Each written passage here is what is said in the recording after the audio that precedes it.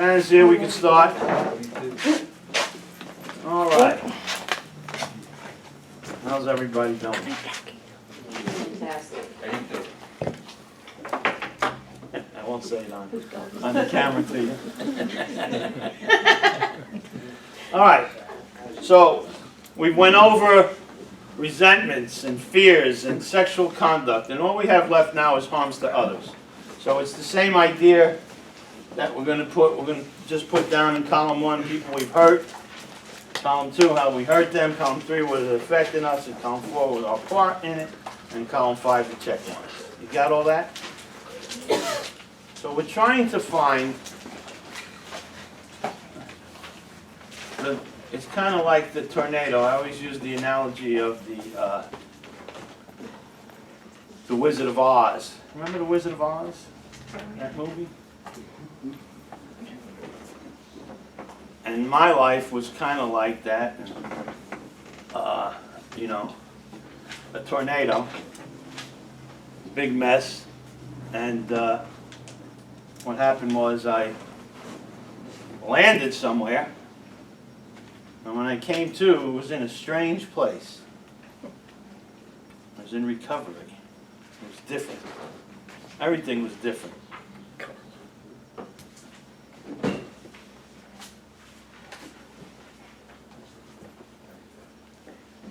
And I met all these little funny people. All you munchkins. And they told me to follow the road. Follow our path, right? And through the process of recovery, following the path, I came to a scarecrow. Realizing that I went through my whole life for a guy who didn't have a heart. Didn't care about anything or anyone. And we continued on this journey. And I came to the Tin Man. I realized I didn't have a brain either. I sure didn't act like I had a brain. No. And then we come to the Lion. And I realized that my whole life, as the book outlines, was full of fear. I had no courage to face the things that I had to face with me. No brain, no heart, no courage. And I kept following this path that you people tell me to follow. And all of these things, this wicked witch and all of these spells and all of these things were trying to take me off of my path. And I made it. I made it to the great and wonderful land of Oz, where it was beautiful, and I was okay. But I realized that it hadn't been me this whole time. I was making myself to be somebody that I wanted to be, but I didn't know who I wanted to be. And that's what we do in recovery. And this false God that I have, the great and powerful Oz, wasn't real. He was just the guy behind the curtain, pulling all the levers in my life.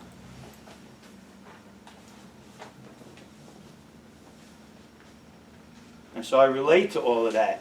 And I love the ending of the movie. If you remember the ending of the movie when Judy Garland is standing there and she had missed the balloon and she wanted to go home, and the good witch came and she says, "You've always had the power, my dear.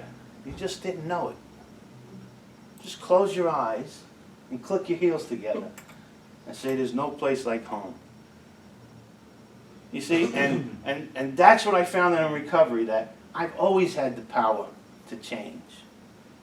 I didn't know it until you people introduced me to that power, the real power.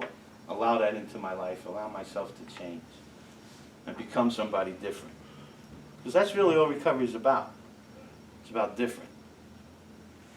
Right? So you always had the power. You just didn't know it. And some of you are still on this journey early in the path here, and you're just starting to follow this yellow brick road. Just stay on the path and follow the directions. Don't get these flying monkeys and all these other things, and you know, and this mean witch and all of that stuff. And when I was a kid, that would scare the shit out of me. I don't know about you.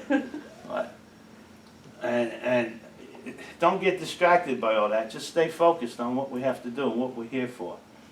And your life will change. And one day you're going to realize that you have the power. You've always had the power. You just didn't know. All right. So enough of the Wizard of Oz.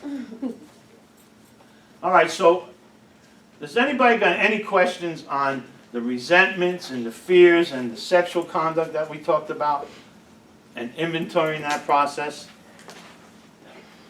Any questions? You know, I had a question, of course, but Okay. like, so I was going through there and doing my list, and then got over there where you have like, not good and bad, but I got my list.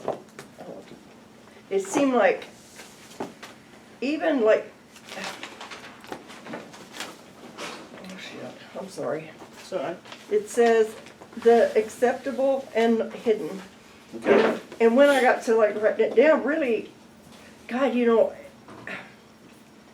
it seemed like none of it was acceptable that I've always had, and then a lot You're of talking about your sex inventory. yes, Okay. yes, and not meaning just sex No. relations, you know, it's not just sex though that's in there too, but it seemed like all of it, and a lot of it was just totally my also. It seems to really tie in with the principles, you know, like it said, it seems that a lot of that are principles, but that none of it was right. Okay. So let's talk about that because that's important. And it may seem a little confusing, but it's really not. So when we talk about acceptable sex relations in the third column under the sexual instinct, right? We talk about it's broken into two columns: acceptable sex relation, hidden sex relations. So if it's your partner, your spouse, your partner, whoever, somebody that you're in a relationship with, that is acceptable sex relations. So let's say, again, let's say that you are married and you're having an affair with somebody. I'm not going to mention names this weekend. Yeah. But so now 2 years later, here you are in recovery, and you're doing the fourth step, right? And in your first column, you have the person's name that you had the affair with, whether it be under your resentment column or your sexual conduct column or harms to other column. It doesn't matter, but the person you had the affair with is in column 1. And then you fill out column 2, you check off the boxes in column 3, now you get to this hidden or acceptable or hidden. That's a hidden. That's hidden, right? Same scenario, same affair, but now in column 1 is your husband. Okay? And the same thing, and he pissed you off, so you went out and cheated on him, right? And because you cheated on him, you got a resentment against him, right? We're sick like that, right?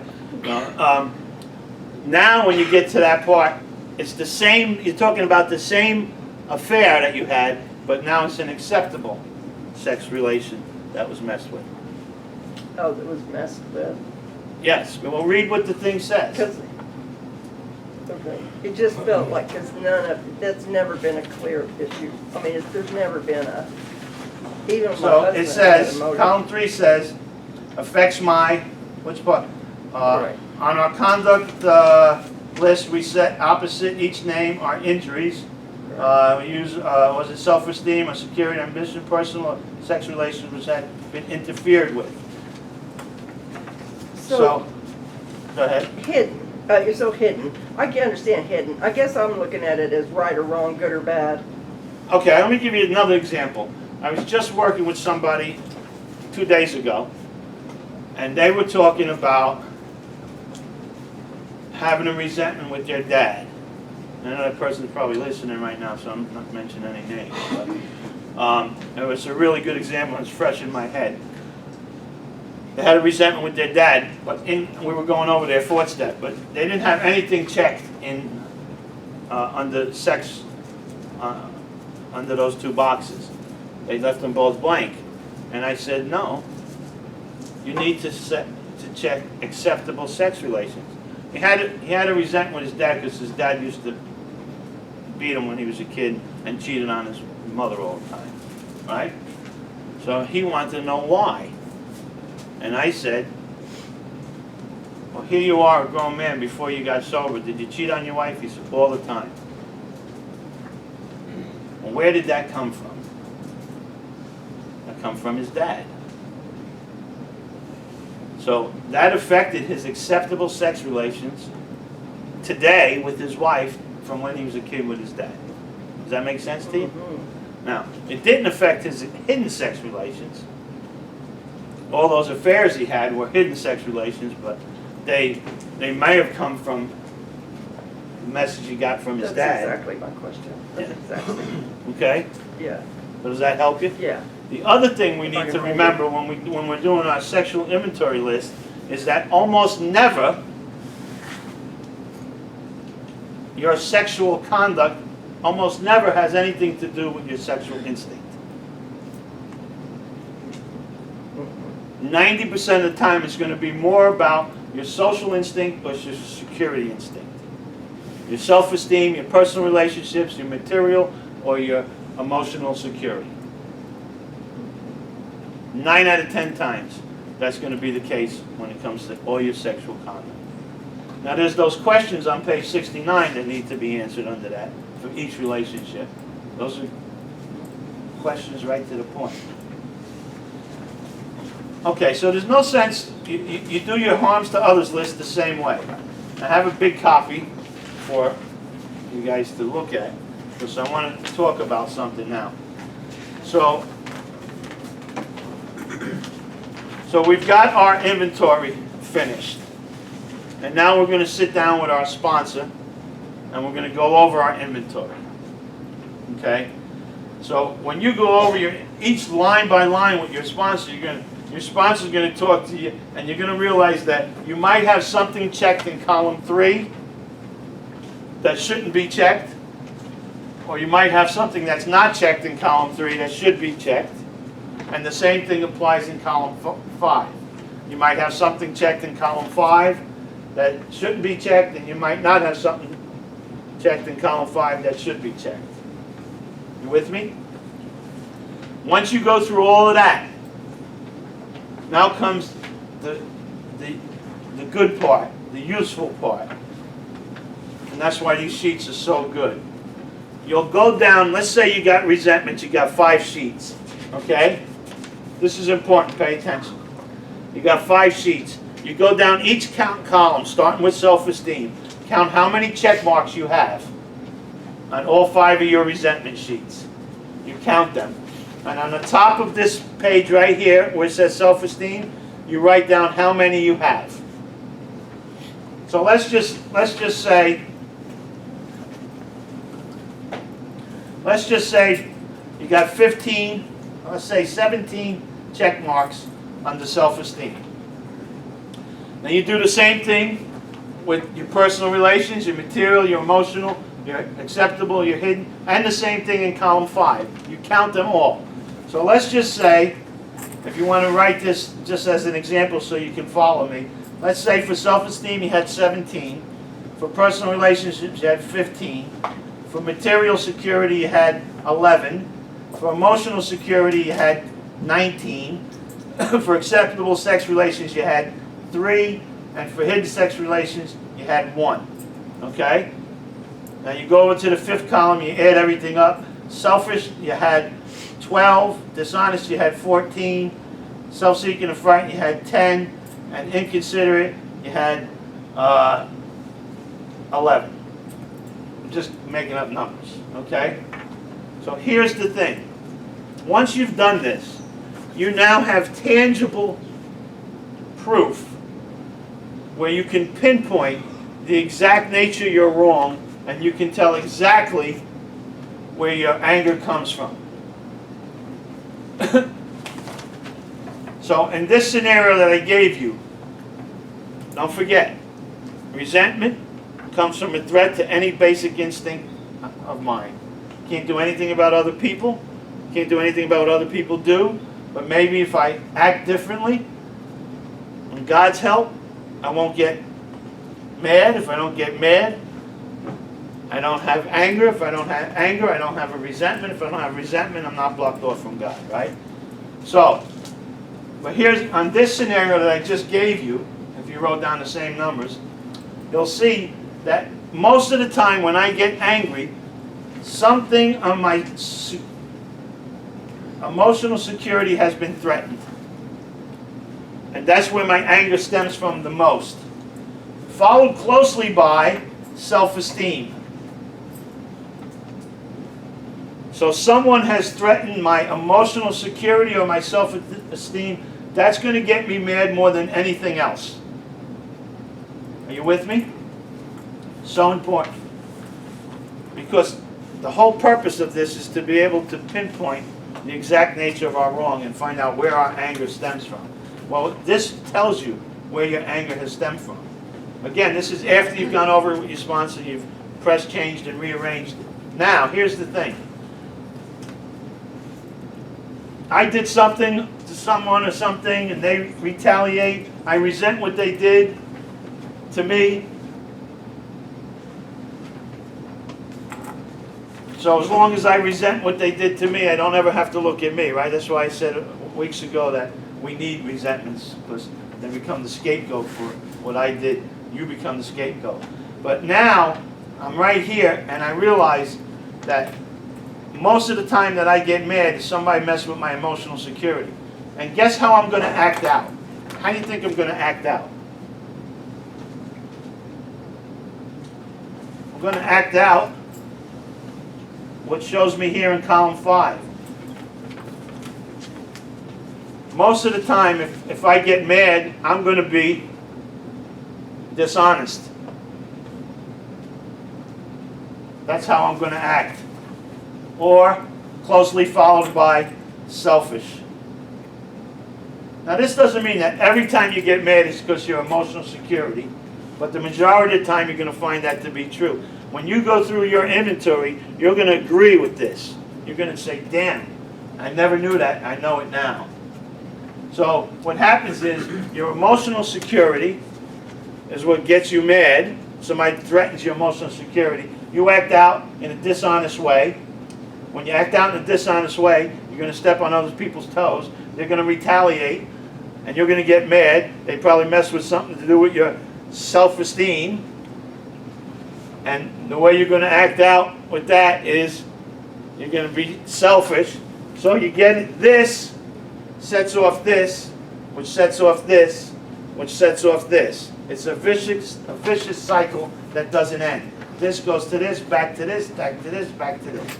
Back and forth. And that's why when we get here, we're so full with anger and fear. The same thing applies to your fear list and your sexual conduct and your harms to others. Okay? Because a threat to any basic instinct is what's going to get you mad or afraid or have you act out sexually or cause you to harm other people. This is such a powerful tool to have, because you can now look at this and you can now see the exact nature of your wrongs. Does that make sense to you, what I've shared? Does anybody not understand that? Need some clarification on that? It's a very powerful tool that you have that you can use. You'll know exactly what gets you mad. Now over here, material security is one of your lower ones, right? That doesn't mean if you get mad it's never got to do with material security. It does. It's just that most of the time when you get mad, according to this chart, it's got to do with your emotional security or your self-esteem. Those two things are running close. Does that make sense? So with this chart, you can actually be able to say, okay, somebody has threatened something. This is where my anger comes from. And you can learn how to respond rather than react to life. Remember? Get it off your face. Take a look at it. Seconds and inches. And act differently. That's what the beauty of this is. Any questions on that?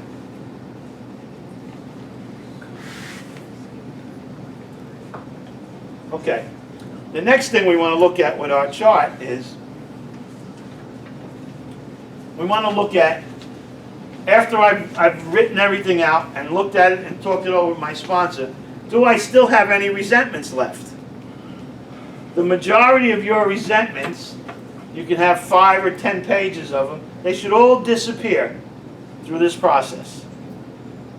They should all disappear through this process.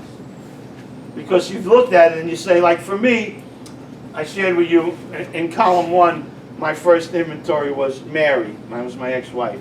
And then column 2, she left me and took the kids.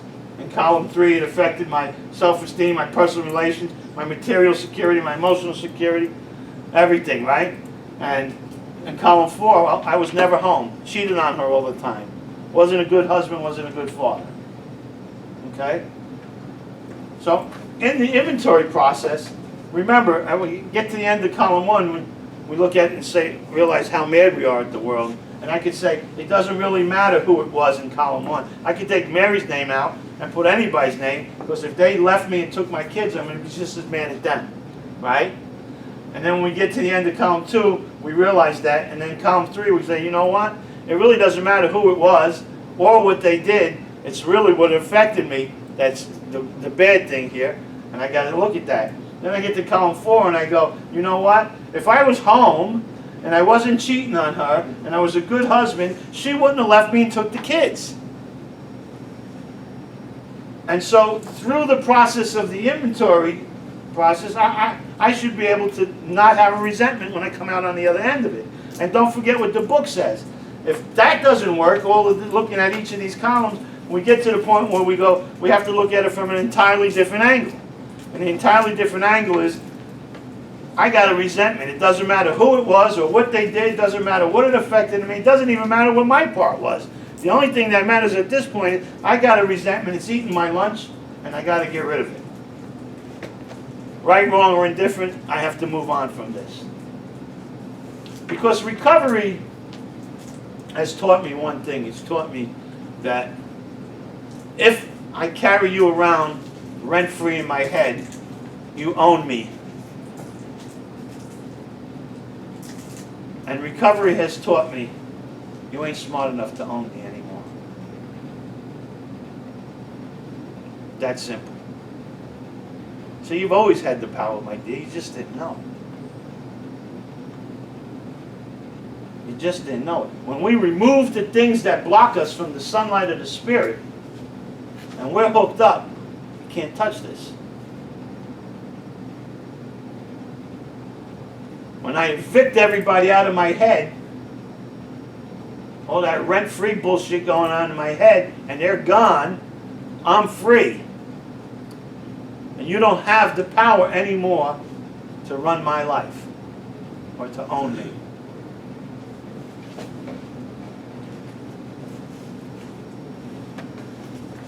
So, let's read that a second, because it's...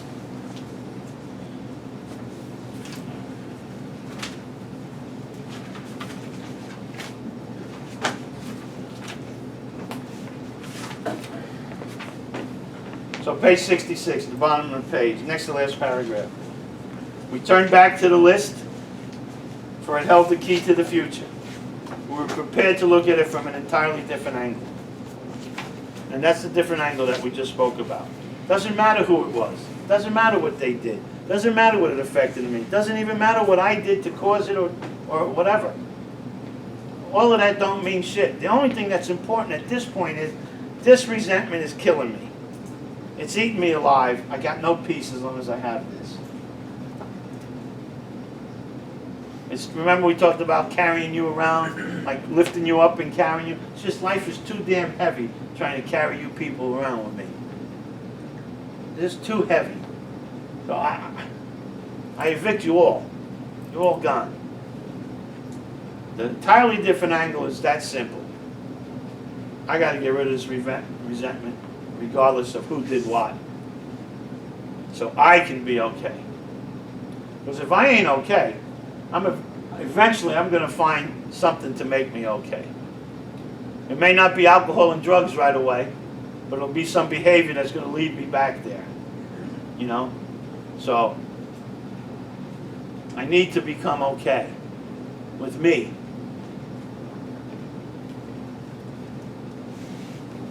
Does all that make sense? Anybody got any questions on that?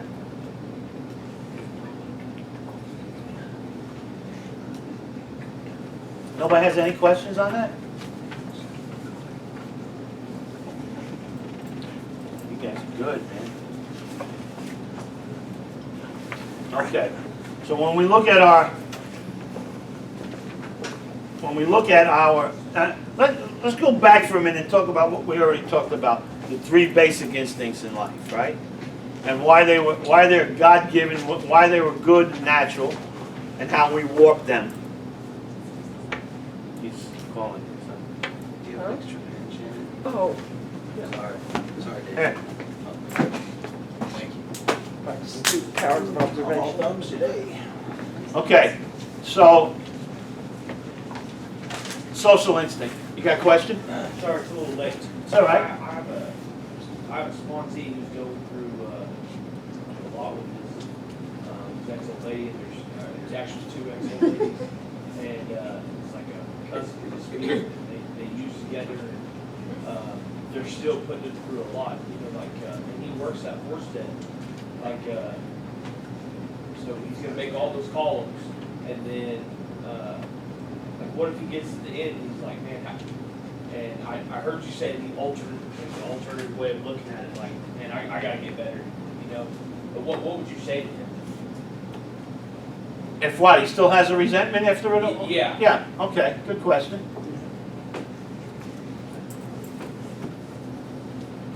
So we're going to go back to the book, because that's where the answers are. And we're going to go over to page 67. At the top of the page. Well, the bottom of page 66 says, after he tells us to turn back to the list again, he goes, this was our course. We realized that people who wronged us were perhaps spiritually sick. Though we did not like their symptoms and the way these disturbed us, they, like ourselves, were sick too. Now this here is the resentment prayer. We ask God to help us show them the same tolerance, pity, and patience that we would cheerfully grant a sick friend. When a person offended, we said to ourselves, this is a sick man. How can I be helpful to him? God save me from being angry. Thy will be done. So he might have to get on his knees and pray that to her, about her, 15 times a day. It also would help to go back over his footstep pertaining to her and see what's written there. Okay. Maybe he left something out, right? And then when you start pinpointing where his fear is coming from and where his anger is coming from, then he should be able to eventually overcome that. Don't know when. Sometimes quickly, sometimes slowly. But Damn it. it'll happen. If he applies himself and he incorporates God in this thing and uses his brain and you to analyze what he's written, he will overcome that eventually.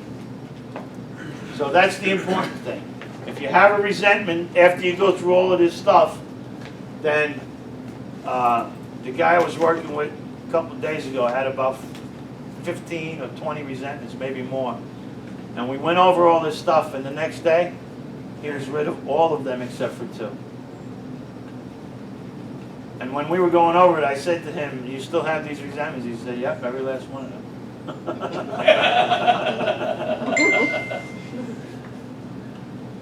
Oh yes, I forgot to email you the worksheet. I'm sorry. I will. And I had asked him when we were finished, do you still have resentment with this person, with this one? He, yep. But I said, okay, here's what I want you to do tonight. I want you to spend some time and go over each one and look at your part in it. And just look at some of the, just look at what, and then ask God to help you with this stuff. And when I talked to him the next day, they were all gone. All gone.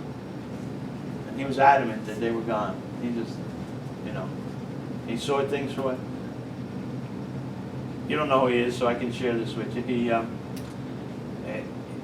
He had a resentment with his sister-in-law. He just didn't like her, never liked her. His brother had died. And they had a couple of kids, his niece and nephew. I said, "They're good kids?" And he said, "Yeah, they're really good kids." I said, "Well, who do you think was the cause of that? She can't be this piece of shit you're saying she is. If she brought up two really good kids, she must be a pretty decent person." And he said, "Oh, yeah."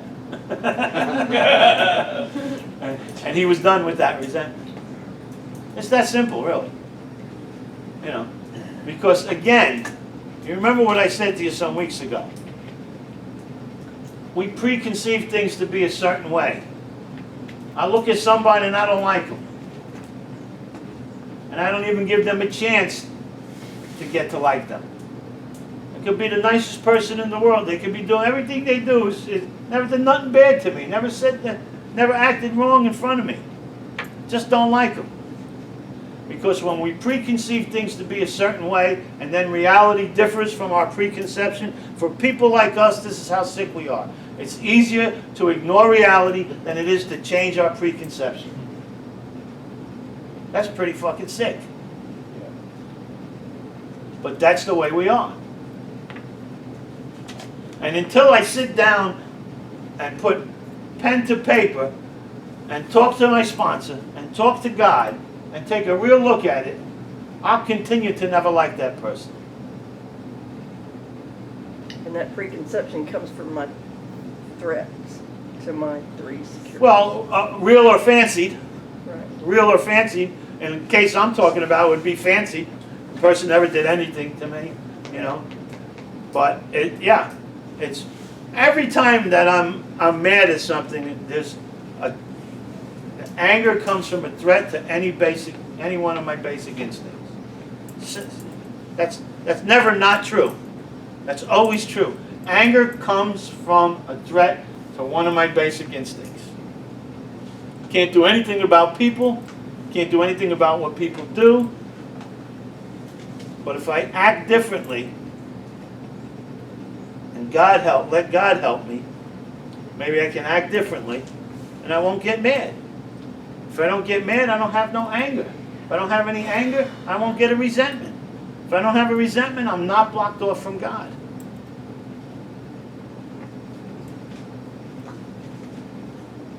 So who wins in the end? I do.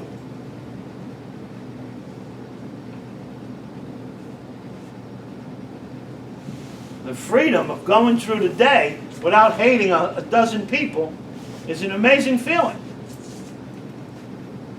Without blaming everything and everyone for all my problems.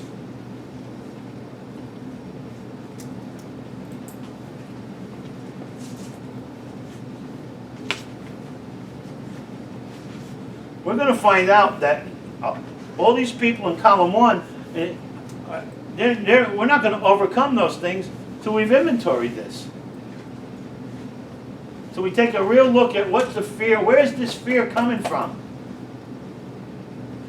Where does this anger stem from? Where does this sexual deviation come from? Why do I continuously hurt people? The answers to those 4 questions are in your 4th step. They're right here in black and white for you to analyze and see. And once I see the truth about them, I shouldn't have the resentment anymore. Once I see the truth about them, I should overcome the fear. With God, without God, I don't overcome the fear. With God, I fear nothing. You know why? You remember why? You remember why? God is infinite. There's no beginning and end. You can't measure His abilities. We are finite. There's a beginning and an end to what we're able to do and be. And self-reliance always failed us. Not sometimes. Always failed us. Why? Because we're always going to exceed the boundaries of what we are able to do and be. But if I bring God into the equation, with infinite God, I don't fear these things. God don't fear heights. Danny does.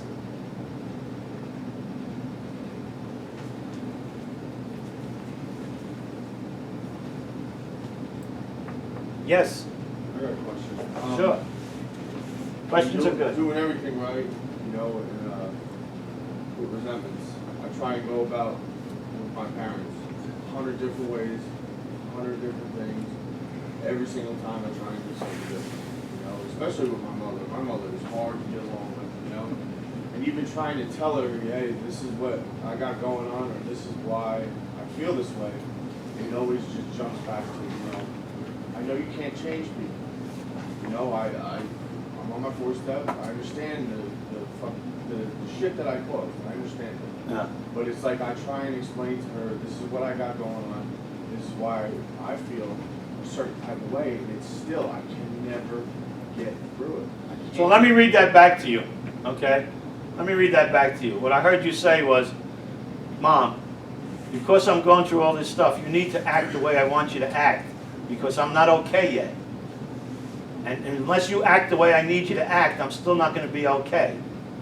That's what I just heard you say. About 6 months into my sobriety, I'm not picking on you. I'm just telling you what I heard you say. Okay.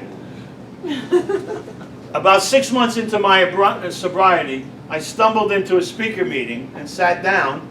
Didn't know it was an Al-Anon meeting. It was the only Al-Anon meeting to this day, all these years later, and I think I've been to one more. I went to, because I kind of, with people, I had to stay here, but, you know, I take care of all my problems in AA. You know, I don't need to go to Al-Anon. But I went into this Al-Anon, I was about 6 months sober, and this lady was speaking. And I'm telling you, that was 28, 29 years ago, whenever the hell that was. And I still remember exactly what she said today, standing here in front of you. You know what she said? She said, I learned something real powerful in Al-Anon. She said, I learned that you don't have to change for me to be okay. Yeah. Ooh. I don't know if it's cold or what, but I just got goosebumps all over again. Because that was a light bulb moment for me. You don't have to change for me to be okay. Your mom's your mom. She may be very difficult. She may not be. It may be all fantasy in your head. Real or fancy, the book says. Could be real, could be fancy. Doesn't matter. But she don't have to change for you to be okay. When I got sober, 100 people around me got well. Yeah, I know exactly what you're saying. It's amazing how that happened. I thought, like, well, I thought all these people, they all going to meetings without me knowing? They all got well. No, what happened was I got well. Yeah. Wow. And like Chuck C says, I got a new pair of glasses. My paradigm changed. I looked in the world differently.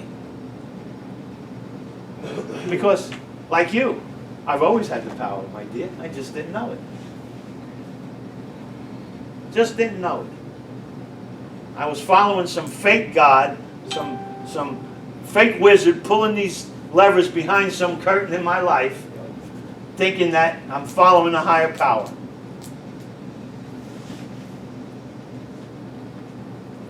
If you stay on the yellow brick road,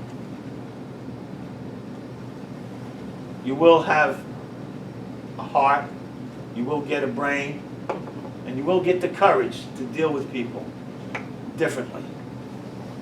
And you'll wind up having a wonderful relationship with your mother. And if you keep doing this and doing what you're supposed to do, 10 years from now we'll be talking and you'll say, my mother is the most wonderful person in the world. And I'll say, what happened? She changed? No, she's still the son of a bitch she always was.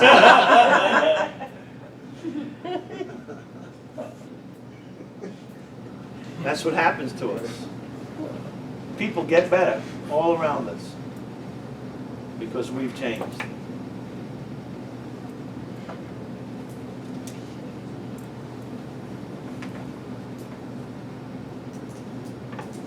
Gross. Huh? Kind of gross. What's gross? All the stuff. All the goo in me. Oh, they're going you? All the goo in me. Did you teach this What class happened? over and over so you don't forget? Did a house fall on your sister? I wish. I still have, she's written right here in my resentments. Couldn't be that way. To be pushing 10 years and have a list of resentments that I have I understand. is gross. I understand. The guy I just worked with is 6 years sober. But he never did the work. I'd like to think of I it. tell you, I sponsored a guy with 54 years of sobriety. And he came up to me and he asked me to sponsor him, and I went, why? He said, I never did this work. And my life's a mess. He hasn't had a drink. I think the 1960s was his last drink or something. And that's the truth. Never did the work. But it comes a point in everybody's sobriety that, you know, we ask ourselves, is this it? Is this all there is? And the answer is no. You could have done the work and been riding over the last 5 or 10 years now, just coasting. There's always another spiritual hill to climb. There's always another spiritual quest to have. There's always one. Are you willing to do the work and take it? Take the next adventure. Are you willing to stay on the yellow brick road, regardless of what's thrown at you? Poppy fields, flying monkeys, a mean and evil witch. I didn't mean to look at you when I said that. Oh, well, rest assured, I'm on a lot of people's list too. It would be funny if we leave and she gets on her bicycle, right? No, I wouldn't know about asking it on the bicycle. So that's what this is about. Yeah, my motorcycle. Recovery is about overcoming, discover, uncover, discover, discard. Overcoming all these things. Uncover, discover, discard. Uncovering the truths about me. Do you remember the 4 absolutes? Absolute love. Is it ugly or is it beautiful? Well, we have behavior. I think this is just a personal thought. It's nowhere from the book or nowhere like that. But I just believe that there's a period of time, and for everybody it's different, but there's a number there that's pretty common that people start to change. I think for me it was a little earlier than that, but a lot of people I've worked with over the years, that's about right. Some of them a little past that. But I think around 5 years, 5 years sober, people start looking at their sobriety, and then they're willing to do this stuff and work on emotional sobriety. And if that's where you're at, don't care how long you've been sober. It's good news. It's a good thing. Because emotional sobriety is where it's at. You know? If you're 10 years sober and you know, you're pretty miserable and everything in your life is pretty chaotic, you know, what promise is that? Where'd you get that promise from? Where'd you get that result from? Not here. You got it from self. And that great and powerful guy pulling all the levers behind the curtain, that ain't really God. Not really the great and powerful Oz.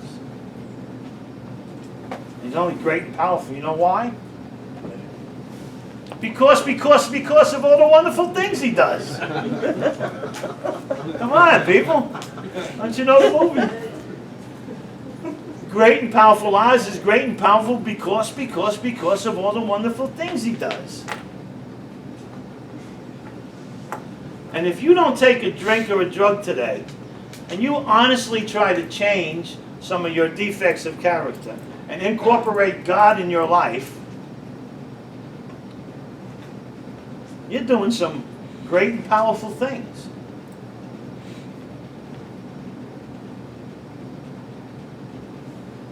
It's because of all the wonderful things you do. It's the only reason. The fuck are we hanging meeting here or what?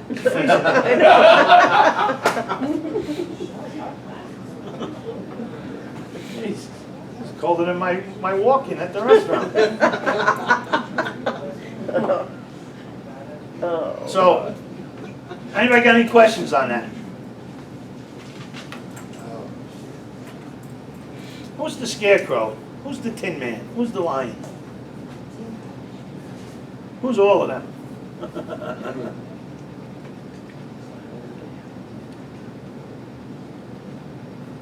All right. So, again, before I don't want to harp on this too much, but principles, you got to inventory those principles. No principles to live by, no reasons to live, really. You want to change who you are, change what you do. So I hate asking this question, but what about the whole self thing, like resenting yourself and all that stuff? Resenting yourself? Yeah, I'm like, You want to put yourself on the fourth step? Is that what you're saying? no, I'm asking that. I know that's such a common old Yeah. question that I hear. You know, I've seen plenty of people do that in the inventory. I don't believe it's necessary. I don't believe we need to put ourselves on our fourth step. I'm mad at me because I fucked up my life and I did this and I did that. Well, I understand that. That's why you're here. You know. Again, nobody wakes up in the morning, my life is great. Everything's perfect. I think I'll join AA. It's not the way it works, right? We usually run here because it's the last house on the block. So the fact that you're in recovery and making an effort to change your life, that's all that matters. You know, inventory your resentments with everybody else. Get rid of them, and you know what you'll find out? I'm not mad at myself no more. Yeah. You really will. You'll find out if you got 25 resentments and you went through your process and you got rid of them all. Guess what? I bet you can include yourself in that. If you looked at all your fears and worked through all those fears, guess what? You're not going to be full of fear anymore.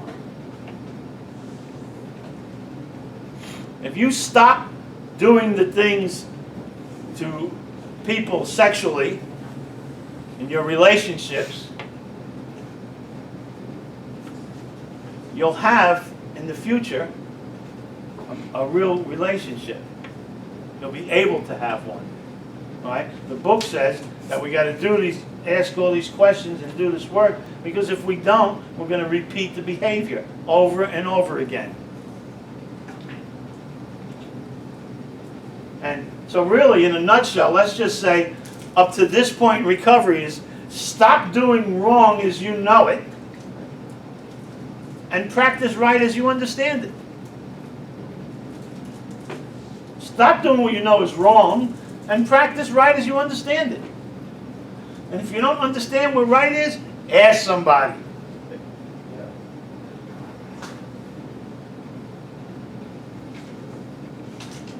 And don't ever ask that silly question, you don't know what God's will is. Because every last one of you know what God's will is not. And once you know what God's will is not, just don't do that. Do the opposite. So stop doing what you know is wrong and practice right as you understand it. Your life's going to start changing. With this inventory process, your life is going to start changing. Your faults, your wrongs, your defects, your shortcomings, those are the things that are all the same thing that we're talking about.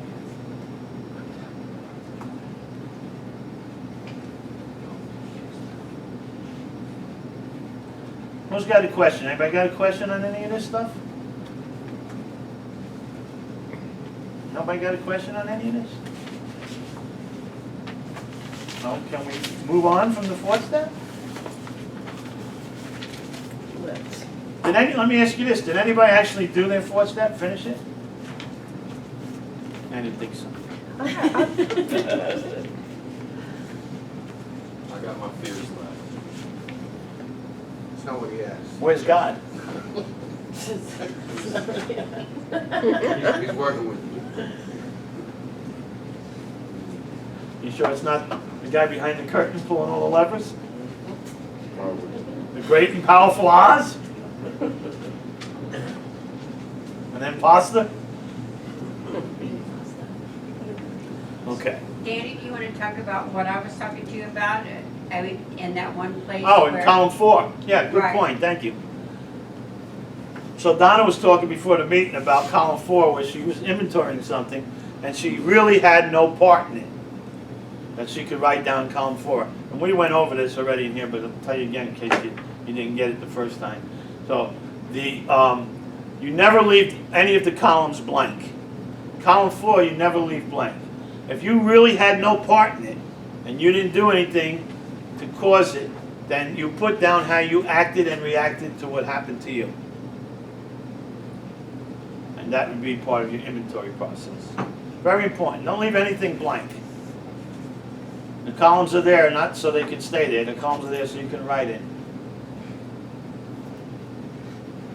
And so when I did that before we started, after we talked, and I had made it funny. I mean, I had this resentment, and that I really had no control over. These people did these things that I didn't have any say in. And so then I wrote down, my reaction was to act like a spoiled 3-year-old kicking and screaming because I didn't like the way they were doing these things. Right. And it just makes the resentment go away because it's so ridiculous. Right. Yeah. I mean, it's, Yeah. That's what the process of the fourth step is. When you start looking at it, you realize that's ridiculous. that's ridiculous. You know, that don't make sense. And again, the other thing is, if you were a victim once upon a time, 25 years ago you were a victim, and this person that hurt you 25 years ago hasn't touched you since then, but for the last 25 years you haven't been a victim, you've been a volunteer to the suffering. You've been a volunteer to the pain through what? Feeling again. That's what a resentment is. Feel again, feel again, feel again. Each time I feel again, I'm just as mad and just as festering and just as angry. So I have to realize that that's what a resentment is. It's to feel again. And it's not to minimize or discount the fact that 25 years ago you might have been victimized.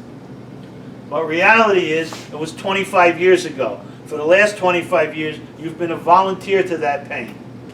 You have not been a victim for the last 25 years. You stopped being a victim 25 years ago. And that doesn't, again, that's not to discount what happened to you. Because some of us have been through some horrific stuff. And that's not to discount or minimize that. But the fact is, that happened once upon a time. It's not happening no more. Do you want to carry that to your grave, or do you want to be free?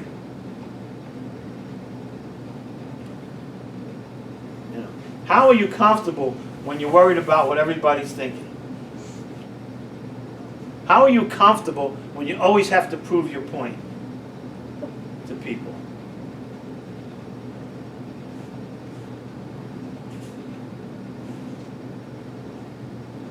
How are you comfortable with that stuff?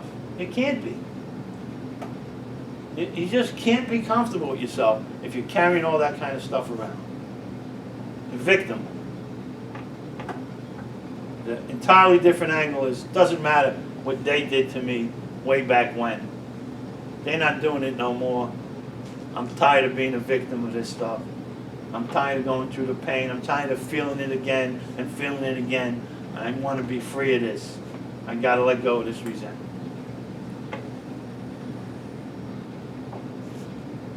Some suggestions to help people get over things is to start performing acts of kindness anonymously. I know that sucks. You've probably been told that before. Pick somebody you really don't like and do something kind for them without them knowing it was you and without you telling anybody. Years ago, there was a guy who used to come in here. He's still sober, but he goes to different AA meetings now. And he used to come here all the time, and I was his sponsor, and I tell him, listen, I want you to start what I just said to you, and this is 20 years ago. I want you to start performing acts of kindness anonymously. And he said, okay. And so he went out, he did something, and that night in the meeting, he told everybody in the meeting, room was packed. Room was packed. It was, you know, every chair was full. And he told everybody what kind of great thing he did. And after the meeting, I said, that was good, but you just fucked it all up. I said, the idea is to do it anonymously. So, but I mean, these are kind of things like that imaginary person I was talking about that I just don't like. Find somebody like that and do something nice for them. Perform acts of kindness anonymously. Why? It'll help change you. It's a lot more powerful when it's somebody you don't like. Oh, yes. Absolutely. Yeah, it's easy to do something nice for somebody you like. It's so hard. Yeah. Yeah, because you know why, Deb? I know. You know what? We want to see them suffer. We want them to, every bad thing can happen to them happen. They deserve it. My first sponsor, because she knows you gave me that suggestion years ago when I was living in an Oxford house. And there was some girls in there I didn't like. Yeah. You know, because that house full of 8, and there's probably about 7 of them. And she gave You were me the only that- one you did like, huh? I was fine. And she kept giving me that suggestion, and I finally did it one day. So proud, and I called her immediately. Yeah. She kind of said basically what you said. Like, well, there's that anonymous part. Yeah. But yeah, I mean. Did it help you? It did. Yeah. It wasn't instantaneous No. necessarily. It was definitely like a delayed reaction. Yeah. But eventually I started noticing that my perception of the people in my house changed. My attitude towards them changed. So it didn't change them at all. Right. But it changed me. No, it's not supposed to change them. It's not designed to change them. It's designed to change you. It's this, I'm going to read something for you out of the book.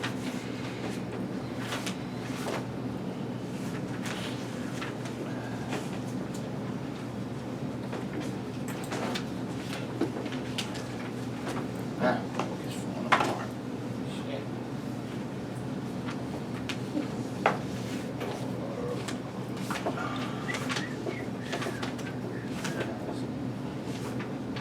Yeah.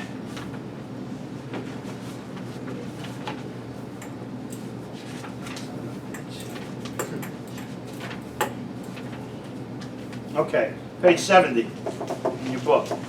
We went over this. This, I told you, is the first actual characteristic change that you receive from practicing this stuff in your life. Your first personality change. It's done in the next to last paragraph. If we have been thorough about our personal inventory, we have written down a lot. We have listed and analyzed our resentments. We have begun to comprehend their fertility and their fatality. We have commenced to see their terrible destructiveness. Now listen to this. This is the change. We have begun to learn tolerance, patience, and goodwill to all men, even our enemies, for we look on them as sick people. So this is an actual personality change that you develop from working these steps. So if we have begun to learn tolerance, patience, and goodwill to all men, even our enemies, what is that telling you? I can do an act of kindness to somebody I like, can't I? Like Deb just shared, right? But I can't to somebody I don't like. But this is telling me I can. You have that power. You've always had that power, my dear. You just didn't know it. You have the power to change who you are. Today you have a heart. Today you have a brain. Today you have courage. Today you have a real God, not the great and powerful Oz behind the curtain pulling all these levers. Today you have everything you need to change who you are. All right, any other questions? All right, well, we'll pick up next week on step 5. Thanks, guys. Thank you. Text me message if you want me to email you those sheets. I'm sorry, I said I was going and I forgot. I will email them to you.